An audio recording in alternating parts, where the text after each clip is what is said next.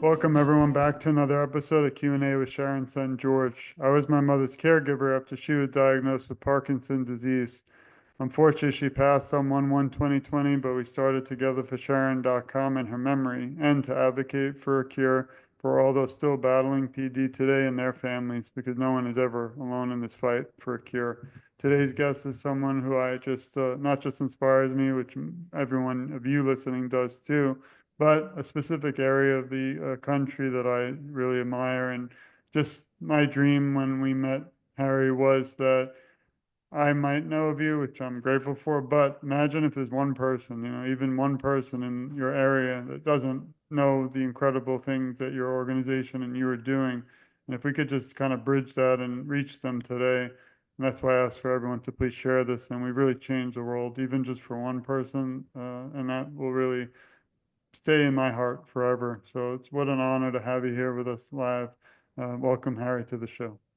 Thank you. I'm moved and honored to just be speaking with you, George, and hopefully touch the lives of people with Parkinson's and their caregivers.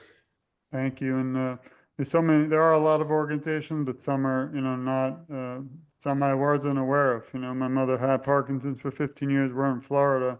Some days I wish we had organizations and individuals like you. And I wish I had known. So that's why we do the show. We don't want anything. And we do hope everyone will support you today, donate to you and the organization, and also support all that the Parkinson's Association of Northern California does. So maybe we could start by if you could tell the audience a little bit about your background. Sure. So I was born and raised in Bakersfield, California. I'm a water professional engineer by degree and have worked around the agricultural space most of my life. I now live in Sacramento. I was diagnosed with Parkinson's about a year and a half ago. And my diagnosis and my meeting with my movement disorder specialist is kind of garden variety. It's like, okay, what do I do now that I have this?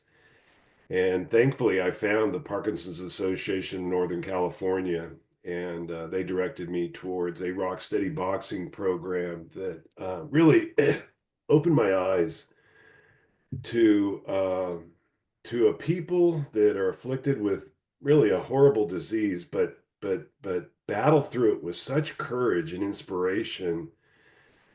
And it just motivated me, George, to, while I still have a little steam, while I still have a little gas in the tank, I want to do everything I can to help these people, to delay progression, to minimize symptoms while we, work towards finding a cure.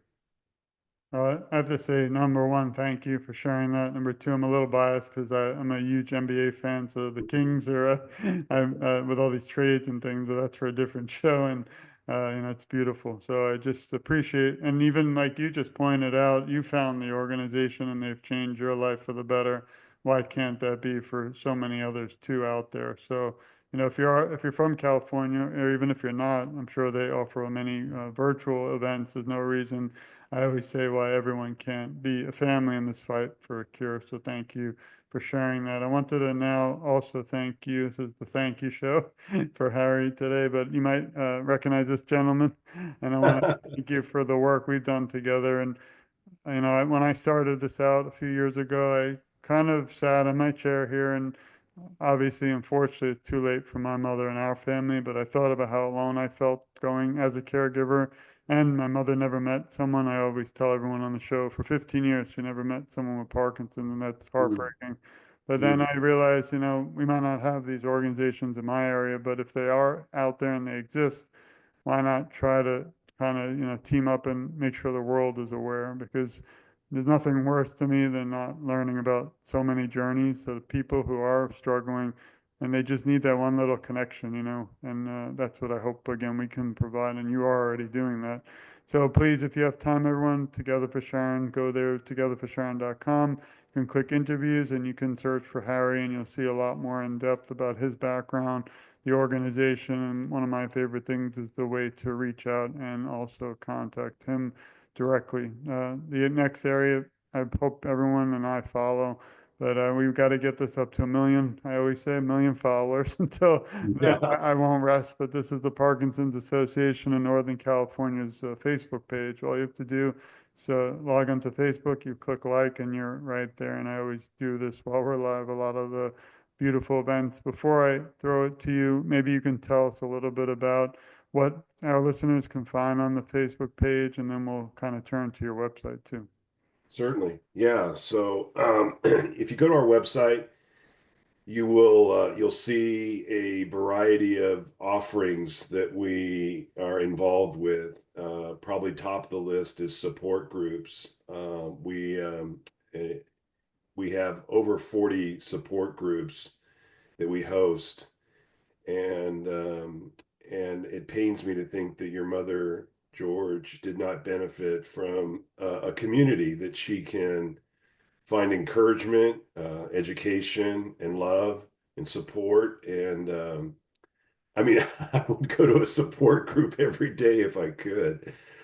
But I think they're very, very important to help people feel like they're not alone, and that there's uh, so many treatments out there that are emerging where we can learn about how to improve symptoms and delay progression. We offer respite grants um, for caregivers, and so it's a very simple process to apply for one, and a caregiver can take a break and care for themselves.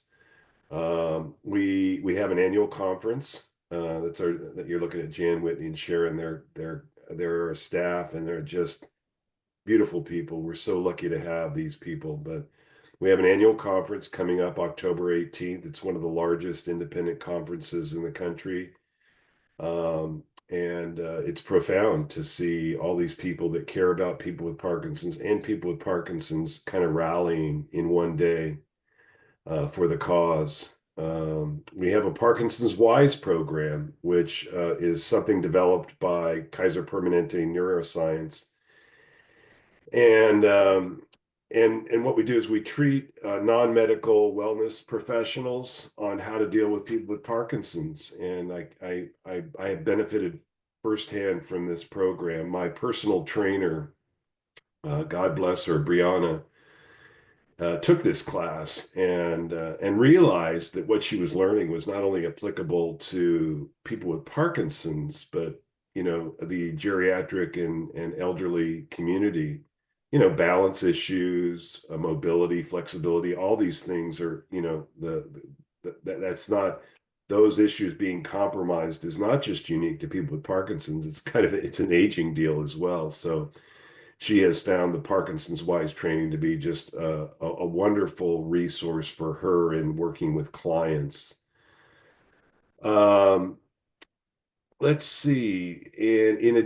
Another thing that I'm very proud of that we do is we have what's called a journal club. We have a very deep roster of medical advisors, and that medical group of advisors meets on a regular basis, and we host an event. We'll typically have a sponsor like a drug company or a DBS company or something like that. And these different neurologists and rehabilitation professionals come together over a meal and they talk shop. And a few of us get to attend, but we're encouraged to just be flies on the wall and let them talk about kind of the emerging things that are happening and compare notes. And the last one that I attended to, it was fascinating to hear a medical person talk about the challenges related to getting new therapies approved through insurance, like the pump, for example.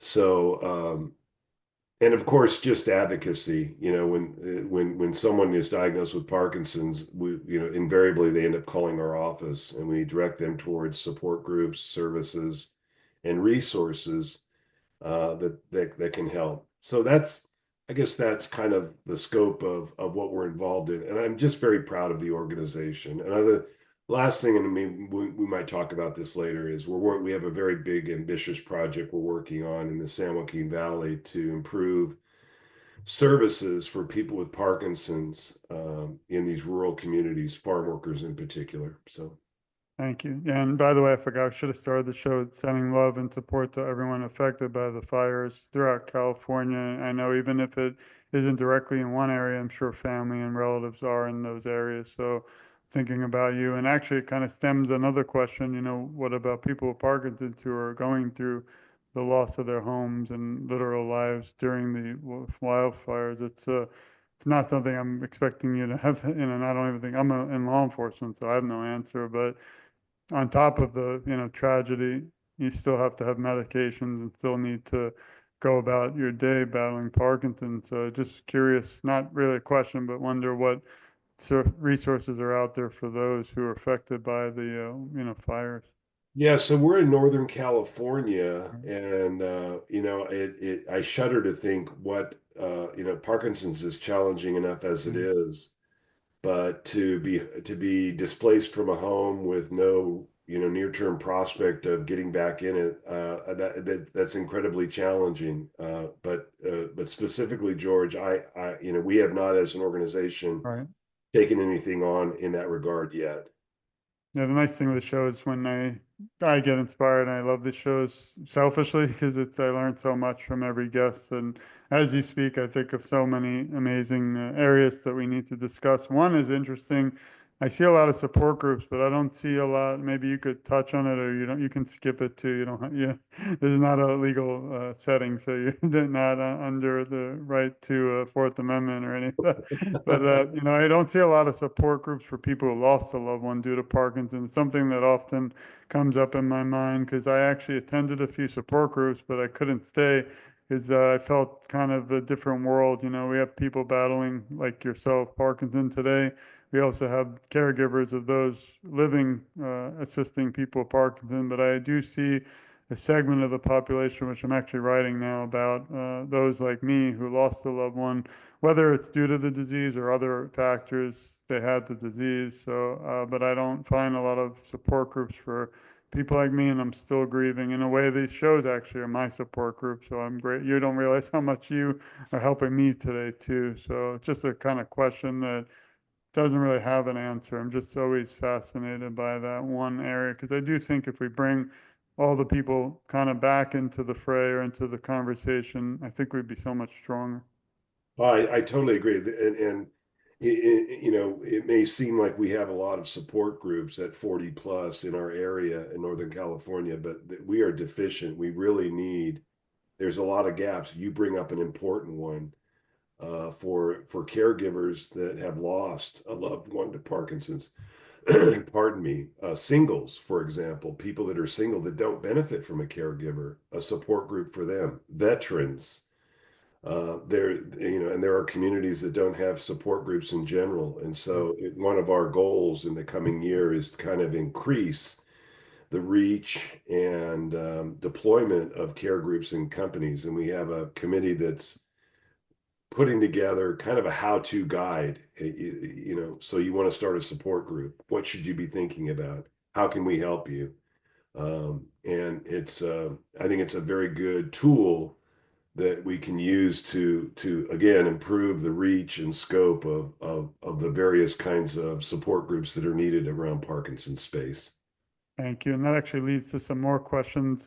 Maybe you could discuss a little bit of the background of the organization, such as, how you're funded. And also, you mentioned one, but are there a lot of challenges or are there any that you face as a small nonprofit organization? Because, like, we know a lot, you kind of hear the big ones, we won't name them, but it's not always easy because you need to be noticed. You need to get everyone, like, I hope our viewers will donate or support all that you do in the organization. So just curious on those two areas. Yeah, so we're limited by staff and volunteers, and so we do what we can within those resources. Um, and funding we are private donations, almost 100%. The group was founded in 1996 in someone's garage who really just wanted to who was a caregiver for someone with Parkinson's and realized, I've got to get something together here. I need support. There's a need, and so it was born out of a garage. And so 30 years later, here we are, and we continue to grow. It is challenging times for fundraising. And it's Parkinson's in general with some of the pullback on National Institute of Health. I mean, there's great concern about how that ripple effect will move into Parkinson's research and things that are so important to getting us on the way to a cure. Yeah, it's really interesting because I was kind of sad and happy at the same time, if that's possible, when the national plan passed. But I just was surprised in a way that that was the first law federal in history. You know, you think they have many more. I'm speaking now with Florida about the registry and thing, but still Sure. not enough. But we have to keep, fighting, keep trying.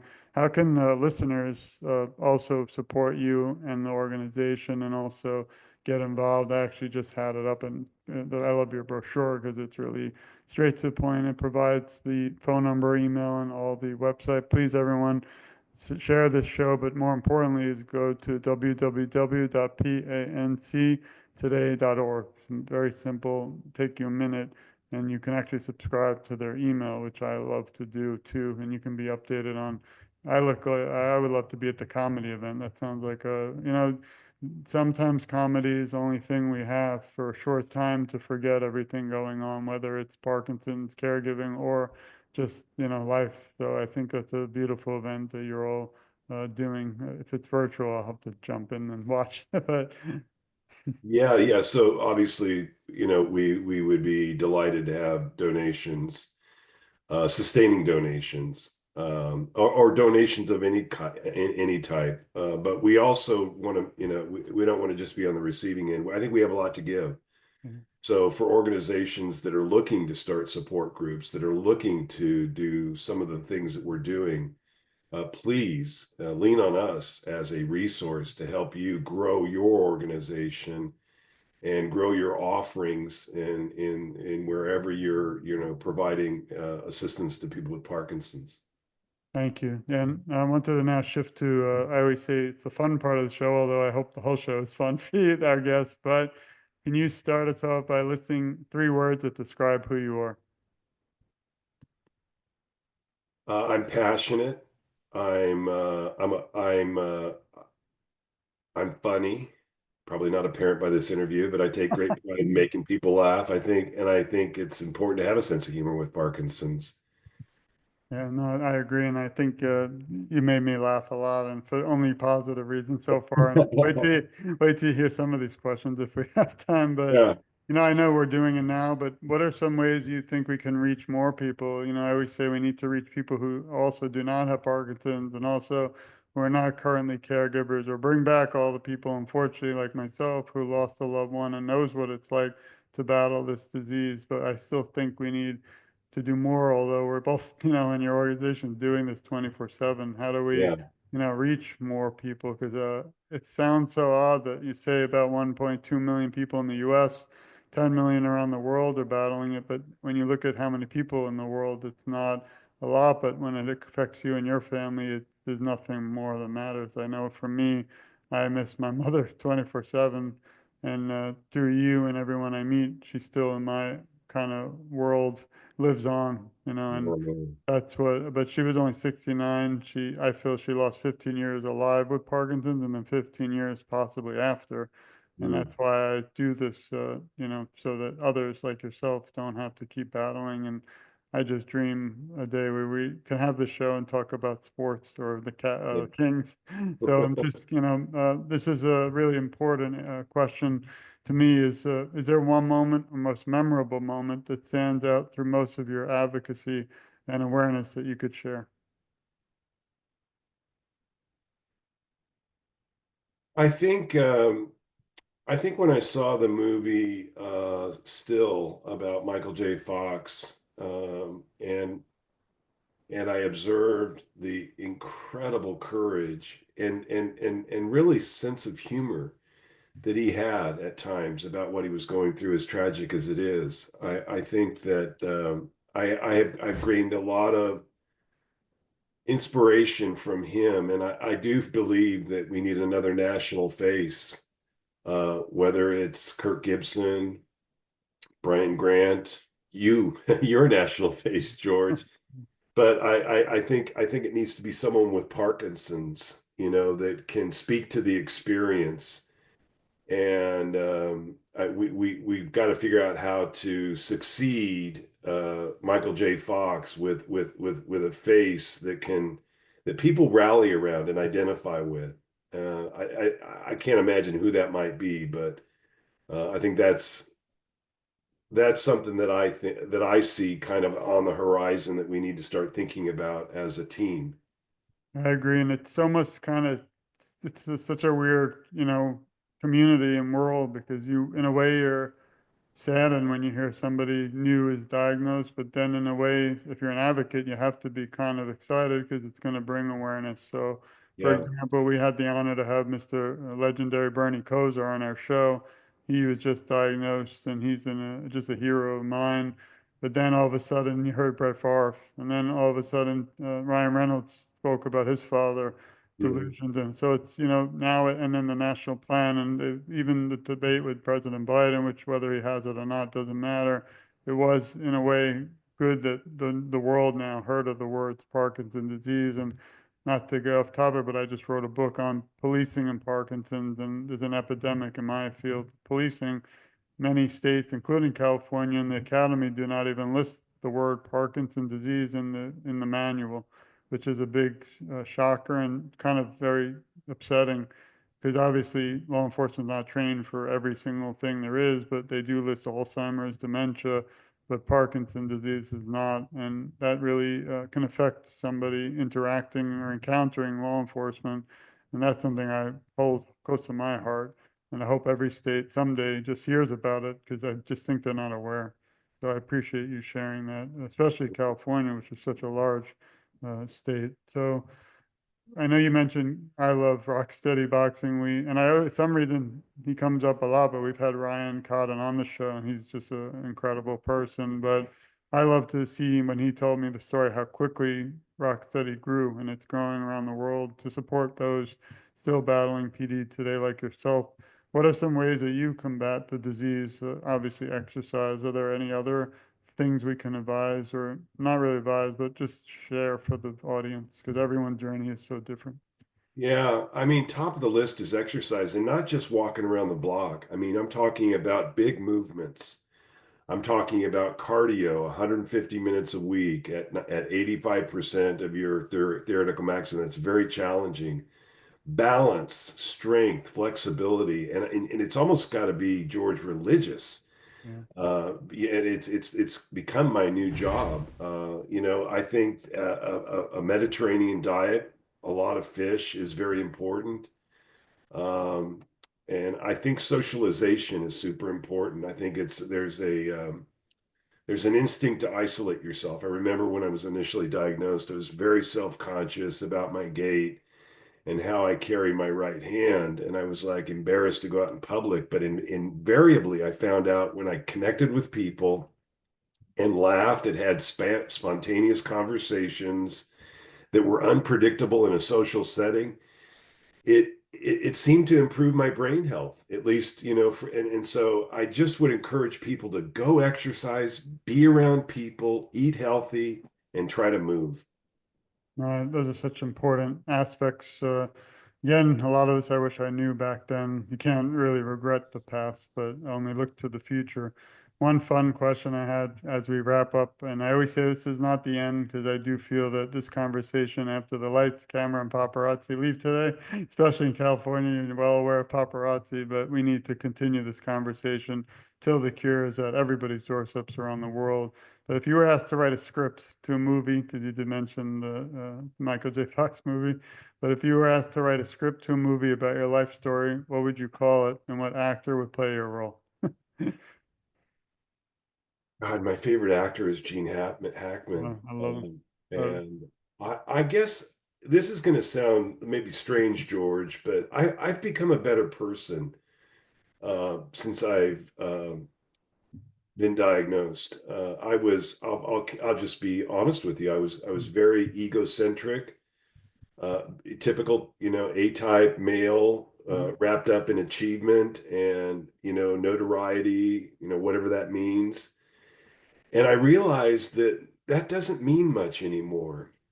And what's really valuable to me is so the script would be about a rediscovery of life in the face of a declining body, in the face of a diseased state, kind of an awakening, in other words, to higher good and better and more purpose in life than just chasing a buck or status in society. I would that it's that arc, right? It's that second chapter that we enter into. And I'm, through PANC and through this disease, I'm trying to just live my best life, as my neurologist would say. Thank you. I Yeah. hope to be the first person in line with popcorn and cookie dough for all those. Well, this has been such a pleasure, honor. I know it's taken some time to get us together, but it just shows that no matter what, the best is yet to come. And today was just an honor and pleasure. And I do hope the future, that I'm right by your side battling and will always be there if you ever need anything in the organization from Florida to California to, Africa to England. We're all in this together. I was wondering if you could leave the Parkinson's community today with some words of encouragement. What would they be? We're not alone. And let's get up out of our chair. Let's move. Let's move religiously. Let's move with commitment, and let's slow the progression, manage our symptoms while we pray for a cure. And we're all united in this. Let's do it. Thank you. And have a little message for you, Harry, and also everyone listening. We love you. We support you. We care a lot about you. And as Harry just said, I feel like we're on the same minds here, but you're never alone. I, along with Harry, will advocate for you. And together, I feel our voices are so much stronger. And I always kind of conclude the show with just saying I'm just getting started because obviously I'm not. But every time I have a tough struggle in my life, whether it's my own back surgery, which four of them now, or the world or the climate or anything going on throughout the world and your own family and education, things of that nature. I some days even I sounds unbelievable but want to give up. But then I look to Harry and who I call a friend in this fight.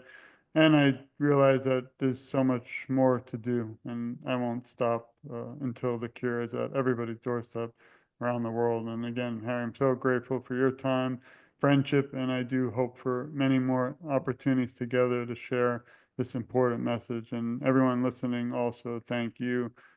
Without all of you, this wouldn't be possible. And like I said, I don't do this for anything, and it's the oddest thing, but in 2025, do not donate to me, do not send me anything. I just want someone in California, any part of California, but of course, specifically the northern, to know that you're not alone and that there are these beautiful resources, virtual, live, and so many incredible people like Harry out there. And I think that's the most important lesson today. So thank you again, Harry. Again, this means so much to me, more than words can ever describe. Likewise, yeah, I echo those sentiments 100%, George, and I'm just honored to be able to provide another voice. And I also want to encourage you and support you. You're an invaluable voice, and with your own personal challenges, I don't know how you do it, but you've got a superpower that I want to tap into, and I want to spread the love like you do, my friend. Thank you. And again, that means so much to me. And I want to thank also everyone for listening, for sharing this, for supporting Harry, and so many that have been guests. I don't know how, but in only a few months, this is the 201st show. So I do want to keep it going. We'll only be able to with everyone's support. So thank you again. And this has been another episode of Q&A with Sharon's son, George. Please stay tuned. Please support Harry again. And, we have a lot more work to do, but I believe together we're going to really come much closer and faster towards a cure. And until then, so many incredible organizations, support, and people like Harry battling, but there as a voice for you too. And we'll be fighting together alongside till the cure is at everybody's doorsteps around the world. So thank you again, Harry, and thanks everyone for listening. We love you, and please stay tuned. So much more to come. Thanks, everyone.